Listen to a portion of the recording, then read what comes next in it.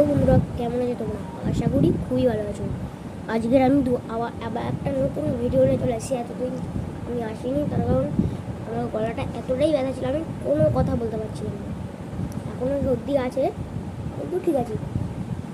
আর আজকে তোমাদের আমার স্কুলের একটা বন্ধুর হরার স্টোরি শোনাতে চলেছি। তোমরা জানো আমি নর্মাল ব্লগ করি, অন্য দেখাচ্ছিলাম তোমাদের, কিন্তু এখন এইসব কিছু না। এখন হচ্ছে একটা হরার স্টোরি দেখাবো, মানে শোনাবো তোমাদের। ওই হরার স্টোরিটা হচ্ছে আমার স্কুলের একটা বন্ধুকে নিয়ে। মানে ওর নাম বলতে পারবো না, তাই ওকে আমি ওর নাম বলতে পারবো না, তাই ওকে আমি বলবো হচ্ছে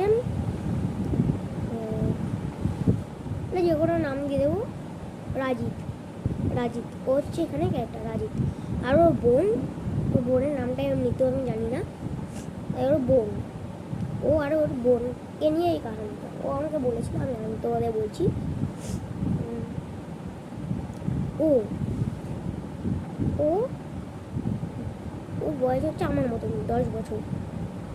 ও ও মানে ওরকম একা একাই থাকতে পারে, একা একাই করতে পারে কাজ। কিন্তু ওর বোনের হচ্ছে ওই 5 বছর না, 6 বছর। 6 বছর মানে ওর বোনের হচ্ছে 6 বছর। ওর বোন আর ও মানে রাত্রে না, হচ্ছে দুপুর 2টো বাজে। তখন ওর মা বাবা খাবার দাবার বানিয়ে ওরা দুজন একটা জায়গায় যায়। ও আর ওদের বলে গেছিলো যে আমাদের টাইমও লাগতে পারে, আবার নাও লাগতে পারে। মানে আমরা আসতেও পারি, আবার কোনো হোটেলে থেকেও যেতে পারি। তাই তো তোরা একা একাই থাকিস।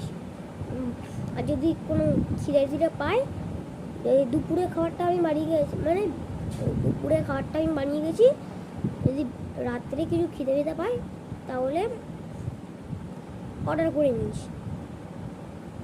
মানে ওদের ওখানে একটা টেলিফোন আছে, ওরা থাকে একটা ফ্ল্যাটে, ঠিক আছে? ওই ফ্ল্যাটে ওরা থাকে হচ্ছে 4th ফ্লোর। ওই ফ্ল্যাটে হচ্ছে 5th ফ্লোর আছে, মানে ছোট ফ্ল্যাট। 5th ফ্লোর পর্যন্ত ফ্ল্যাটটা